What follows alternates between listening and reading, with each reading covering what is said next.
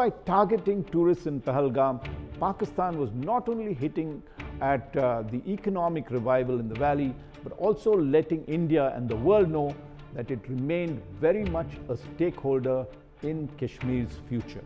But the timing has as much to do with Pakistan's own failings, especially the growing disillusionment with its all-powerful army chief, General Asim Munir, and his ability to navigate the poly-crisis in the country. One of the key military planners told us, India Today, that India should launch a multi-pronged attack against Pakistan on diplomatic, economic, military, political as well as informational measures that we should be taking. Sharat Sabharwal, a former Indian High Commissioner to Pakistan, a very, very sharp observer of Pakistan, he talked of covert options of hitting high-value targets in Pakistan, and this included top leaders of the Jaish-e-Mohammed terror group and the Lashkar-e-Toiba or the LAT, while ensuring Indian deniability. The experts caution about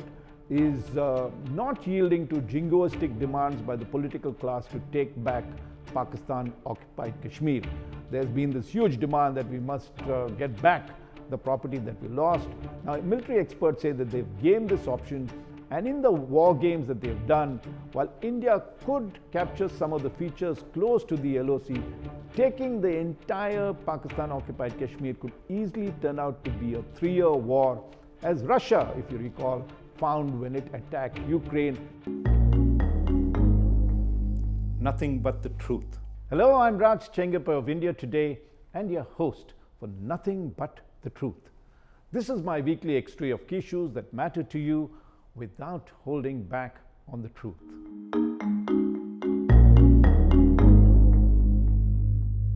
India is still grieving over the dastardly terror attacks in Pahalgam that saw 26 innocent tourists being gunned down. We have all seen the haunting, heart-wrenching scenes played out across the country as the coffins of those slain in Pahalgam came home for their last rites. The brutal killing of innocent tourists in Kashmir is the worst terror attack on civilians in the valley in over 2 decades. Prime Minister Narendra Modi had to cut short his official visit to Saudi Arabia and return to New Delhi. On his return, the Prime Minister immediately convened a cabinet committee on security in which he was briefed about the cross-border linkages of the terror attack with Pakistan. The Prime Minister then sent out a clear signal to Pakistan that India will not hesitate to explore all options, including military force, to punish it for crossing a dangerous red line. At a public rally on April 24th in Madhubani in Bihar, he declared, and I'm quoting him, "Today from the soil of Bihar, I say to the whole world, India will identify, trace and punish every terrorist and their backers. We will pursue them to the ends of the earth. They will be punished beyond their imagination." That was Prime Minister Narendra Modi speaking at a public function in Madhubani, where he made his intentions clear. So in this episode of Nothing But the Truth, we will look at the options available for the Modi government to punish Pakistan for being behind this heinous terror attack. First, let's examine the Indian retaliation that Foreign Secretary Vikram Misri announced after the CCS meeting, or the Cabinet Committee on Security meeting. In that, Misri said that India had decided to suspend the Indus Water Treaties. The treaty was negotiated and cleared in 1960, and Misri said that the suspension would be with immediate effect until, as he put it, and I'm quoting him, Pakistan credibly and irrevocably abjures its support for cross-border terrorism, which in many senses was India shutting the door on the treaty. Now let's look at this 65-year-old Indus Water Treaty. It has survived 4 wars between the 2 countries, and under the treaty had allotted the eastern rivers of the Indus system, the Sutlej, Beas and Ravi, for India's unrestricted use, and Pakistan would receive much of the waters from the western rivers, the Indus, the Jhelum and the Chenab, and any move in the past by Delhi to alter the flow of the river through dams or other means needed negotiation with Islamabad. That was the Indus Water Treaty and the division of waters that was there. Now, India's move to suspend the treaty holds serious implications for Pakistan's water security, especially in the populous and politically powerful provinces of Punjab and Sindh.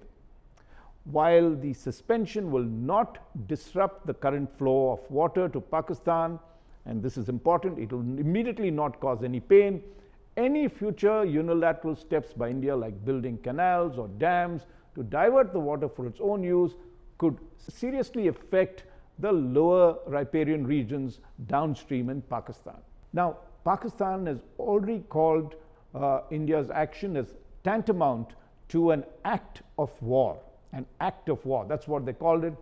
And there is concern that if people begin to get affected, two things could happen. One is, of course, that Pakistan might gain some international sympathy if water is denied to them. And the other concern of using this option is that earlier the entire focus of Kashmir for Pakistan was that it was a religious issue, it was a Muslim state, and therefore had to be with Pakistan, and that was the dispute that had been going on since independence. But more recently, if, for instance, water is being denied to the people of Punjab in Pakistan and in Sindh, this could turn the people against India and make it a bigger issue than just a religious one that it is currently. So there is that danger when you exercise anything to do with the Indus Water Treaty. It is highly sensitive, but as we mentioned, India has said it has suspended it and is waiting for Pakistan to make amends to whatever they have done. Now, in retaliation, Pakistan has already restricted Indian access to airspace and also suspended, importantly, the Shimla Agreement, in which most of the disputes that India and Pakistan had, they'd agreed that they would bilaterally negotiate it, and there were a whole lot of other clauses. So Pakistan has taken that extreme step of saying that it is suspending the Shimla Agreement. Now, I spoke to Kamal Sibal, who is a former foreign secretary, and he believes that by choosing to suspend the Indus Water Treaty over exercising military power as in the past, India has in fact sent a powerful strategic message that it is going to hit Pakistan where it hurts the most. Now, interestingly, Sibal at the same time advocated that India should not get into a military conflict with Pakistan, and as he told me, and the reasons he said is it is a wrong time geopolitically and otherwise for India to get into a military conflict with Pakistan. We can talk about it to satisfy our emotions, but just when our growth story is becoming more credible, we will get deflected. We have also remember Prime Minister Modi had said that this is not an era for war, and dialogue and diplomacy are the ways out. So Sibal feels that India could lose its credibility internationally if it pursued a military option. That is former Foreign Secretary Kamal Sibal's option, saying that the Indus Water Treaty and the suspension of that was a far better option for India to take than to actually contemplate using military force. However, other experts I spoke to argue that punitive measures that have what they call a slow burn, such as suspending the Indus Water Treaty, will not satisfy the Indian public, which, as I mentioned earlier, is already outraged at the brutal killing of their countrymen and want the Modi government to avenge the attacks through military force. Now, that's the common public perception. If you recall, India had done exactly that after the terror attacks in Uri in 2016, when it conducted surgical strikes across the LOC after militants had come and attacked an army camp in Uri, killing lots of Indian army personnel. And later in 2019 in Pulwama, when a suicide bomb attack killed over 38 Central Armed Reserve Police Force personnel that were traveling in a vehicle, India then airstrikes to go and strike at Balakot, which is deep inside Pakistan. For the first time since the 1971 war, India employed Air Force jets to go and bomb a Jaish-e-Mohammed camp over there. So there has been force that has been used in the past, And when I spoke to Tilak Devashar, who is a former senior RAW officer and author of several books on Pakistan, he told me public opinion demands retribution, and once you have set the bar so high after Uri and Pulwama terror attacks, the Modi government will have to act very decisively for people to feel reassured. Now, interestingly, he adds, when I asked him what would be the options that India could exercise apart from what it's already done, he said what manner it should take is for the government to decide, but in this particular case, the more irrational you are, the more effective you're going to be. That was Devashar's advice. He's an experienced campaigner against Pakistan, and he says the more irrational the option is, the more surprise, the more stunning it could be. While the Modi government has a range of what they call kinetic or military options, experts say that very, very importantly, there should be clarity about its objectives and outcomes. So the idea is to calibrate and control the escalation ladder in response to such a strike, and experts therefore stress the need to understand Pakistan's internal dynamics. That's very, very important to understand what is going on inside Pakistan, and especially what prompted such a major terror attack and the targets it chose, knowing that India would retaliate. Remember, India had retaliated in the past, and Pakistan was very well aware that if they carried out another serious or heinous attack as they did in Pahalgam, India was going to retaliate. Now, with regard to the timing of the strike, much of it was obvious. We had the US Vice President J.D. Vance visiting India, and of course Prime Minister Modi was on a bilateral visit to Saudi Arabia. And therefore such an audacious attack was certain to grab worldwide attention and signal that Pakistan cannot be ignored. The other reason was to shatter the sense of normalcy that had returned to the valley, to both Jammu and Kashmir, after the abrogation of Article 370 in 2019, and more recently the elections in both Jammu and Kashmir, the assembly elections that was held. And it was evident, if you talk to anyone, all the experts, that there was a tremendous return of tourists to the region, with the valley alone attracting 23 million tourists last year compared to 17 million in 2018. And so by targeting tourists in Pahalgam, Pakistan was not only hitting at the economic revival in the valley, but also letting India and the world know that it remained very much a stakeholder in Kashmir's future.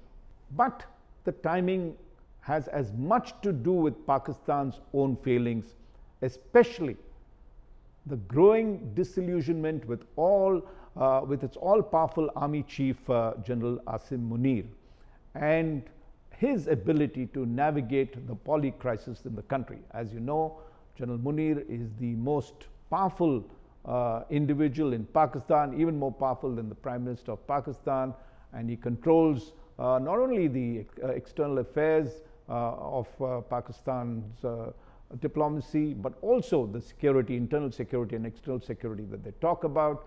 So if you look at what is happening around General Munir, you would begin to understand why this crisis has evolved and what is his game plan that is there.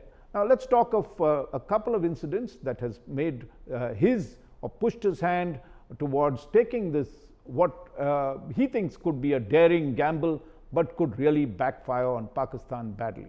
The first, of course, is the daring hijack of the Jaffa Express, which is a train which was hijacked by the Baloch Liberation Army on March 11th, and in which 31 people, including 18 armed forces personnel, were killed by the rebels, and this was a serious setback for General Munir. Now, the Pakistan Army has long accused India of actively backing the Baloch rebels, and many in the establishment see the Pahalgam attack as a forceful message from Islamabad asking India not to meddle in its internal affairs. Of course, India has denied that it has had any hand in instigating Baloch rebels and has maintained that this is an internal affair of Pakistan. Meanwhile, Pakistan also faces mounting pressure on its other front, which is the Western Front, from the Tehrik-e-Taliban Pakistan, or TTP. Now, the TTP is a pro-Pashtun movement that wants to overthrow the Pakistan government and form an Islamic emirate. It is backed by the Taliban in Afghanistan, and that is the irony of it all. It was Pakistan that backed Taliban and made it return to power in Afghanistan, and in a major strategic failure, it is Afghanistan that is supporting the TTP, and Pakistan has, in fact, both Afghanistan and Pakistan have been exchanging not only hot words but even intrusions and other things that have made the relations very precarious. So that's the other big problem that the army faces, particularly General Asim Munir, as I'd mentioned.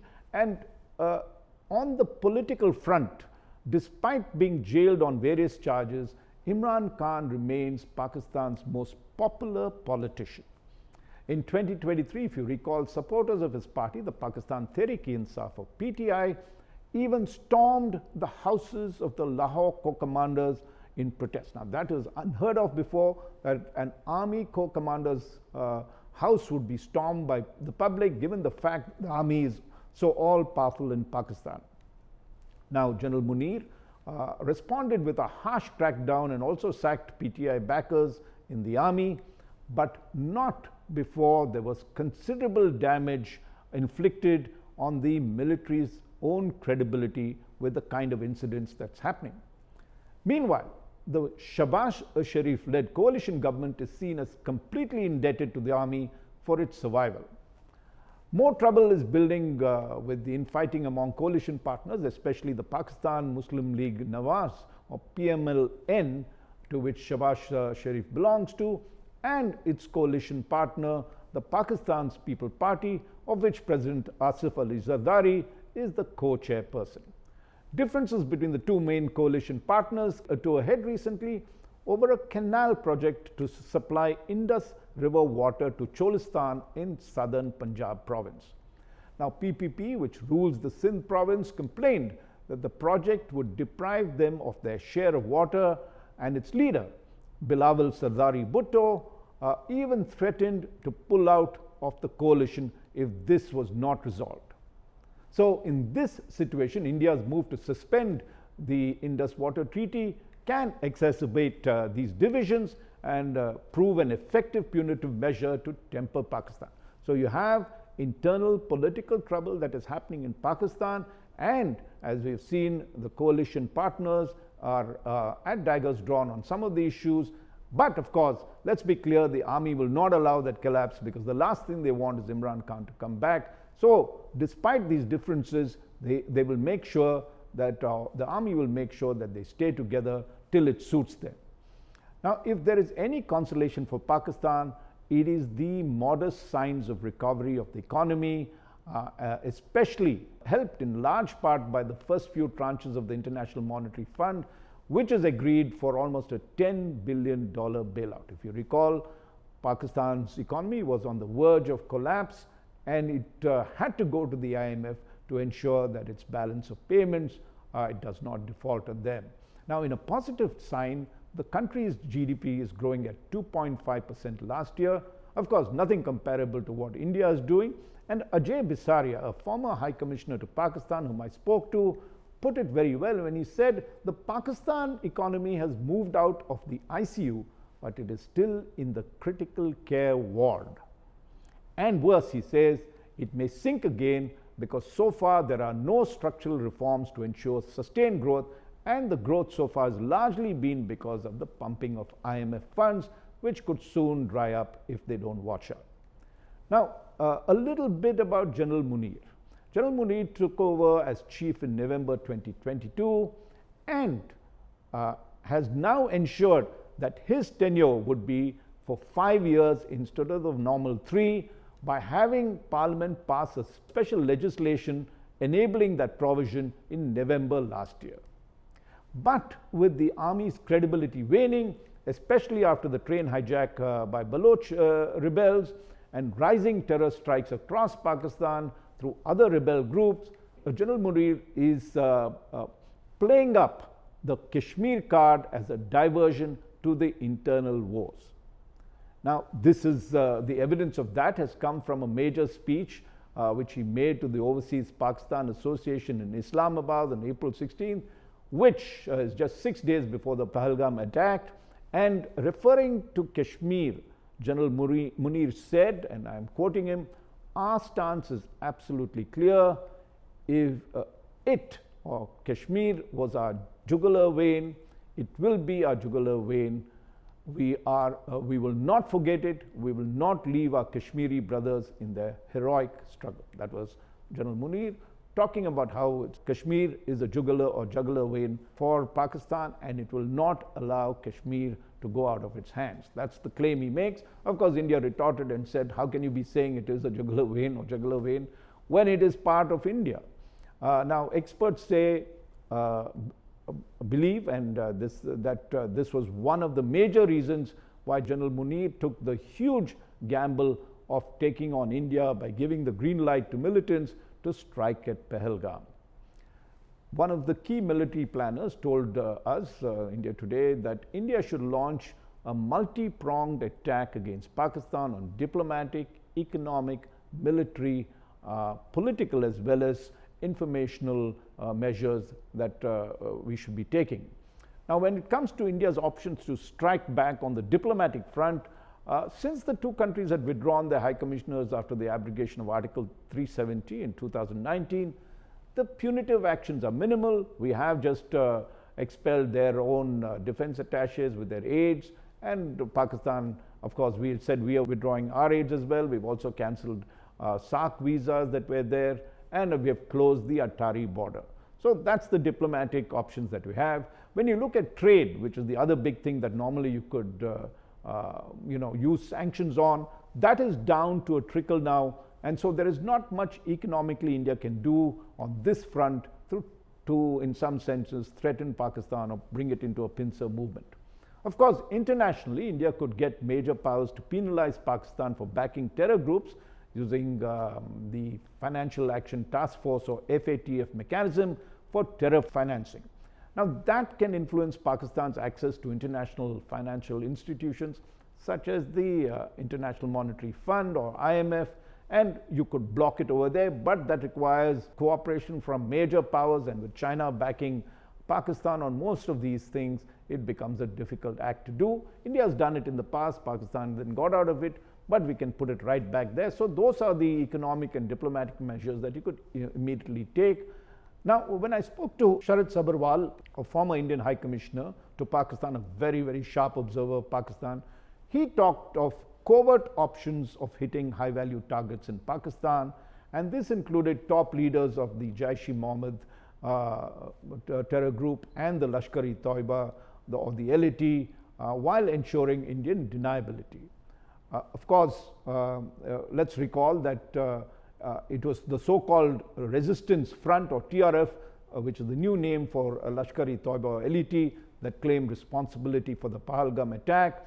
And of course, there's the other group, the People's Anti-Fascist Front or the PAF, which is the front organization for the Jaish-e-Mohammed. Neither of them call themselves by the original names, but what Sharad Sabharwal says that if you make, and these are covert actions that you do, that you get the top leaders, as if you recall the US or United States of America did with Osama bin Laden. It carried out a strike there and got him in Pakistan. This is something that you can say what is called covert action. India does not own responsibility for it, but ensures that it does happen.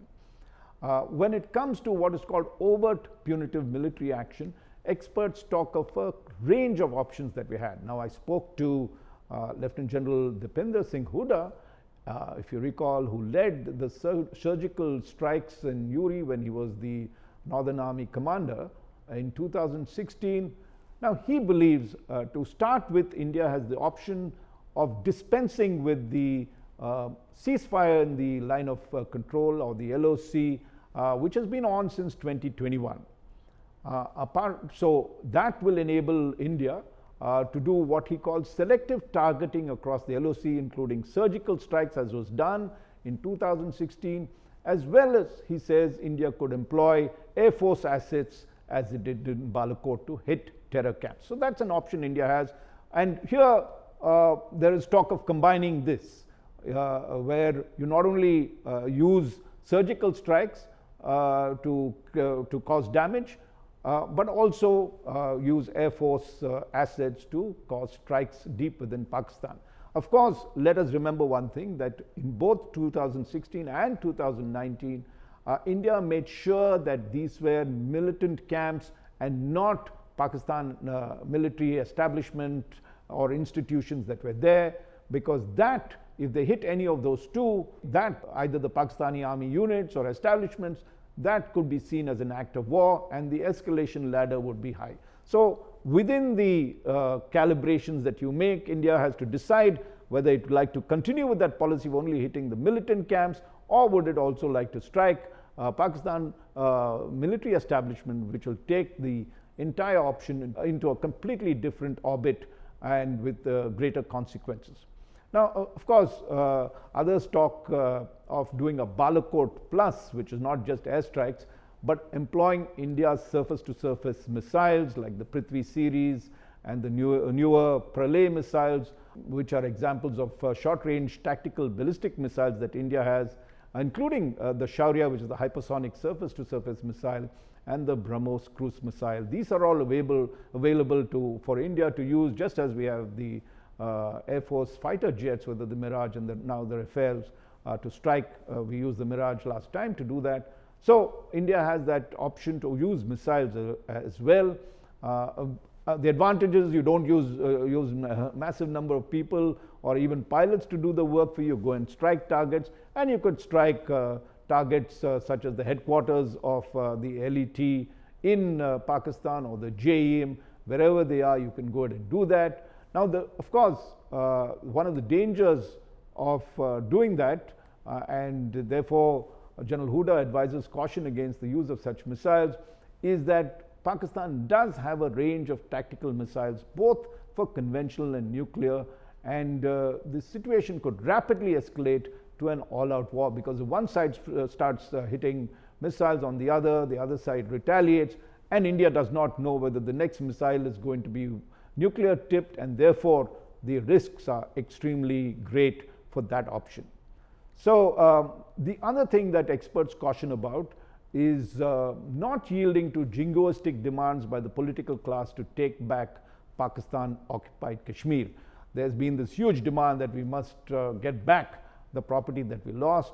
Now, military experts say that they've gamed this option, and in the war games that they've done, while India could capture some of the features close to the LOC, taking the entire Pakistan occupied Kashmir could easily turn out to be a 3-year war, as Russia, if you recall, found when it attacked Ukraine, and the war is still on when they thought it was going to be a short war that they could overwhelm Ukraine.